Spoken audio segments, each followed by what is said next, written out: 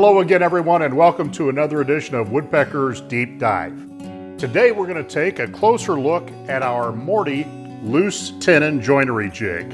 One of the things that we had in the product video was a louvered door, and we've had a lot of questions about how to make those. So today we're going to make this baker's cooling rack, which also is a great casserole trivet. It uses the angled mortises in two different directions, and it's a quick and simple gift project that you can make in your shop. Let's get started. In one of our deep dives a couple of weeks ago, we took a look at another tool that used a template guide bushing, and I talked about mandrel centering. It's important for anything you do with a template guide bushing, especially Morty. It is very critical that your bit be perfectly centered when you're using the template to cut mortises. So it's so important that we actually include a centering mandrel when you buy a Morty. And this is it. It's a real simple one and very, very effective. We have a 1/4 inch polished pin that's going to go in the collet just like a 1/4 inch router bit. I'm going to put that in the collet and then I'm going to lock it. Okay, so now when we look at our template guide bushing, it has some adjustment here. And with this pin, we're going to take this cone, drop the cone onto the pin, and let that fall into the guide bushing, and then just adjust it until it falls in. And I'm going to put a little bit of pressure down while I tighten the screws on the guide bushing holder.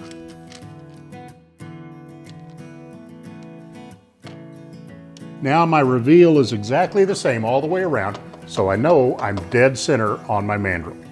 Now we're going to take that centering pin out of the collet and replace it with a 7/32 spiral bit. That's what we're going to use for our 6mm mortises. Now we're ready to check our depth of cut. So to set the depth of cut, we want to set Morty on there. And then we're going to take the stock.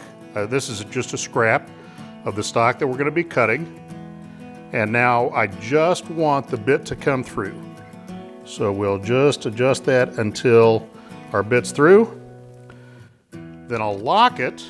And then so that I can plunge to that same depth, we're going to take this knob, push it down till it hits that stop, and then clamp it up. Now it'll always go to the same spot. And just about every plunge router has a very similar mechanism in it to give you a repeatable depth of cut. Let's talk just a minute about how we're getting that repeatable pattern. We actually have two patterns going on here. The spacing between all of the mortises that go this way is equal, and then the spacing of all the mortises going this way are equal. And then we just have those set up so that they're a set distance apart from each other. The way we're doing that is by using the index pins inside Morty. We just have an index pin that stores on the end of the clamping rod. And we're going to take that and we're going to put it in the middle location. Thread that in, tighten it down with an Allen wrench. Now, each time we cut a mortise, we'll step that mortise over and put it over the pin. Typically, when you use Morty, the template is parallel to the jig. But for our cooling rack, we're going to do these at an angle, which is 20 degrees. So I'm going to bring this to 0. And then we'll go 5, 10, 15, 20 degrees off of vertical. So what I did on this is I put the runners across a little bit closer to the top of the trivet than the bottom. You can make it any way you want. If you want a dead center, you can make it dead center. You can make it a little bit closer to the top than we have it here. That's all going to be determined by the position of the template holder on the rails. And I had it just about like that. So you just lock these two knobs, and you do want to take the extra step here, put the wrench on it, and give it just a little bit of tension. All right, the setup's all done. We're ready to get going. We're going to start by taking the Morty. I'm going to take our first piece of stock, bring it up to the index pin, and clamp it in place. I want to make sure that I'm dead flat and solidly against the index pin. Then we just want to secure that in a vise. We're just going to put the guide bushing into the template, start the router, make a couple of plunges, and then clean out side to side.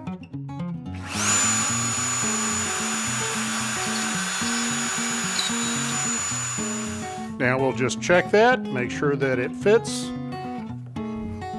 Okay, tenon stock fits great. Now we're ready to set up for the next cut. And the way we're going to do that is by unclamping. Now we want to drop the mortise that we just finished over the index pin, push against it that way, tighten the clamp back up, and we're ready for our second cut.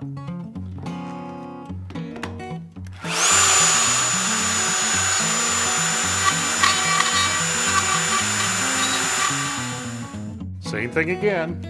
Step over the index pin, push against it, lock it up, and just keep right on going.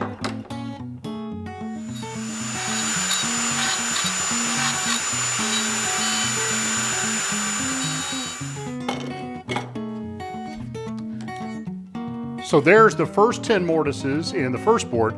Now we're going to get the second board to the same spot.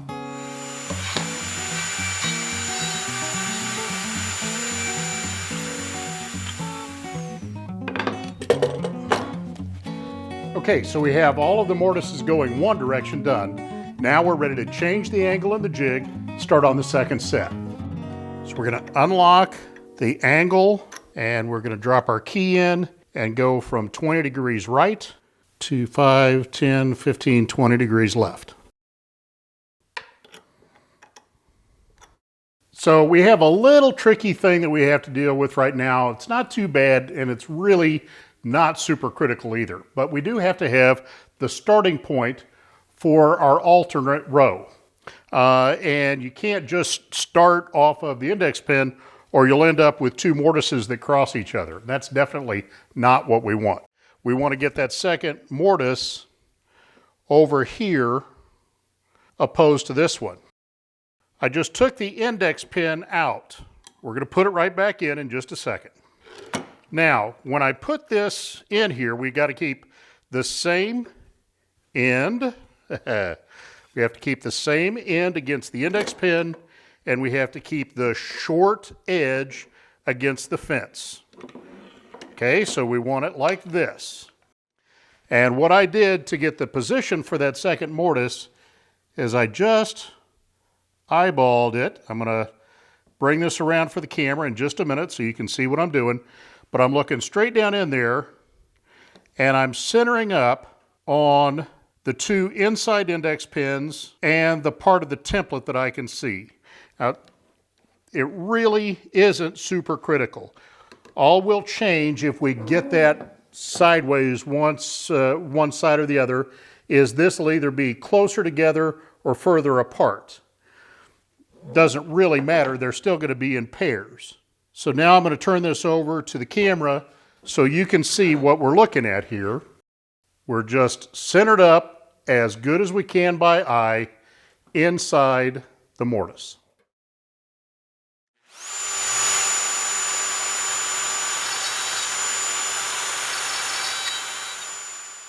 We did a pretty good job of centering. You can see that this space is very nearly equal to that space. So it's going to have very nice even spacing. Now, I have to make this board match this board perfectly. Okay, so here's how I'm going to accomplish that. I'm going to take a pencil, mark the end of the board. Now we're going to take the first one out. Second one, very carefully, X side up to the end and bring that right to my pencil line. Now we'll get our second board started off just like the first board.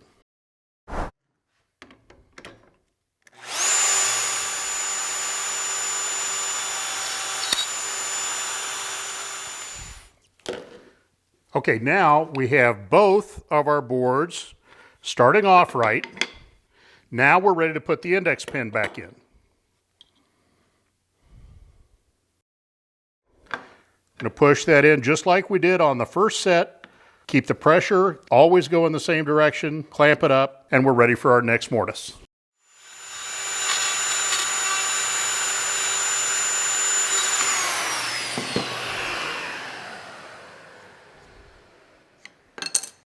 Okay, our first board is done. Now we're ready to finish up the second one.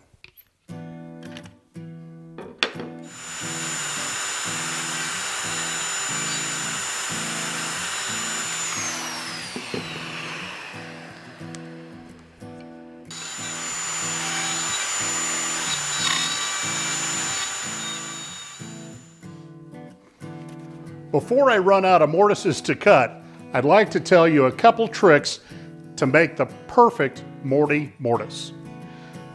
When I put this in, you're going to notice that I come to the end of the template, make a plunge cut about halfway through, stop, let the router up, and then go all the way through.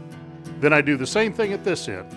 About halfway through, stop, let it out, all the way through.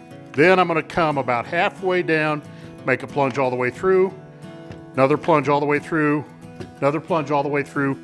Then I'm going to come against the sidewalls and make a smooth up against this sidewall, smooth down against that sidewall, and a couple more times around.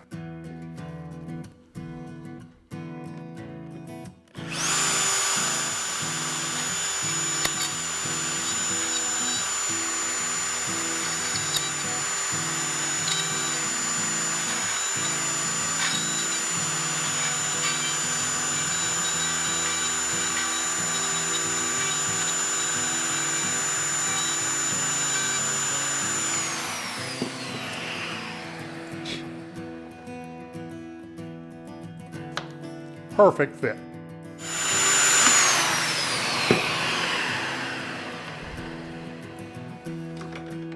So what I'm looking at right now is I'm just lining up my two boards on top of each other,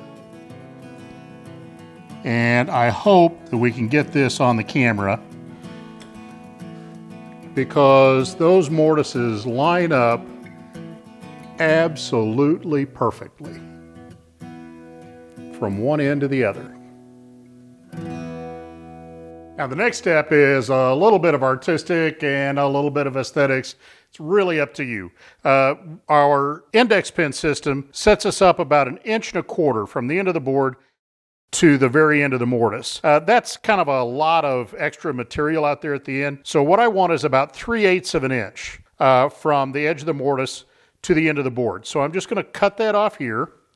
And then to achieve the same look at the other end, we're going to go for an overall length of 16 3/16.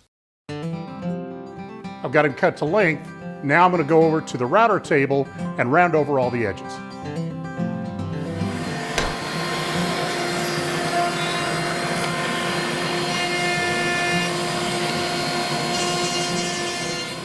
Now we need 20 pieces of tenon stock, 14 inches long.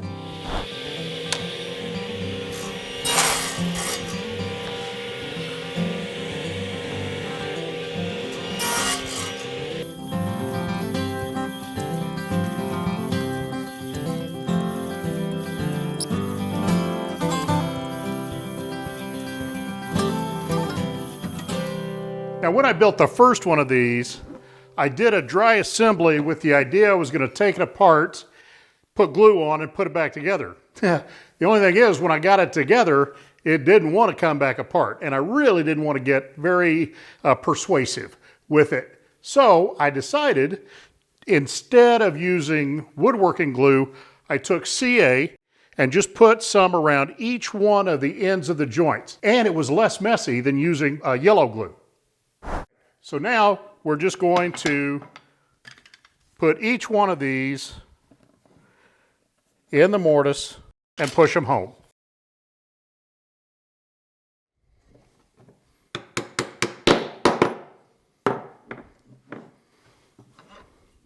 Now the tricky part, getting the other end to line up just as well. Make sure we have our X's in the same direction and our tops in the same direction. The first couple are the worst. Once we get it going, it starts going smoother.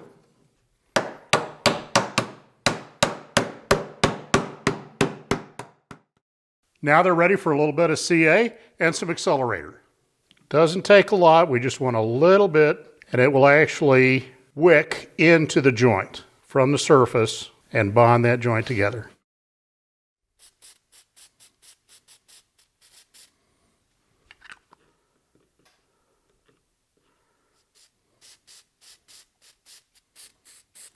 So one of the really nice things about doing this with CA as opposed to woodworking glue is it's going to take just a very, very light sanding across that to get rid of the excess CA glue and get the ends trimmed right down flush with our rail.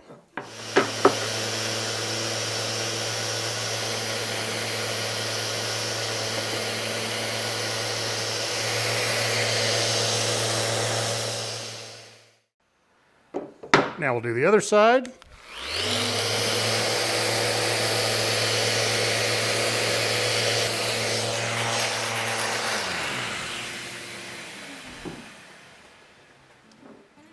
Just a little more detail sanding that I'll do off camera and a little bit of food safe oil finish. And these are going to be ready for one of Nancy's delicious casseroles or a batch of Betty's cookies. Thank you so much for watching today. I know this was a long one, but I hope that you got something from this. If you're interested in the Morty, there's a link down below that'll take you to that. If you enjoyed the show today, please hit the subscription button and the notification bell. That way you'll know about every one of our great videos right when they come out. And if you like what you saw today, be sure and give us a thumbs up. Thanks so much for watching. We'll see you next time on Deep Dive.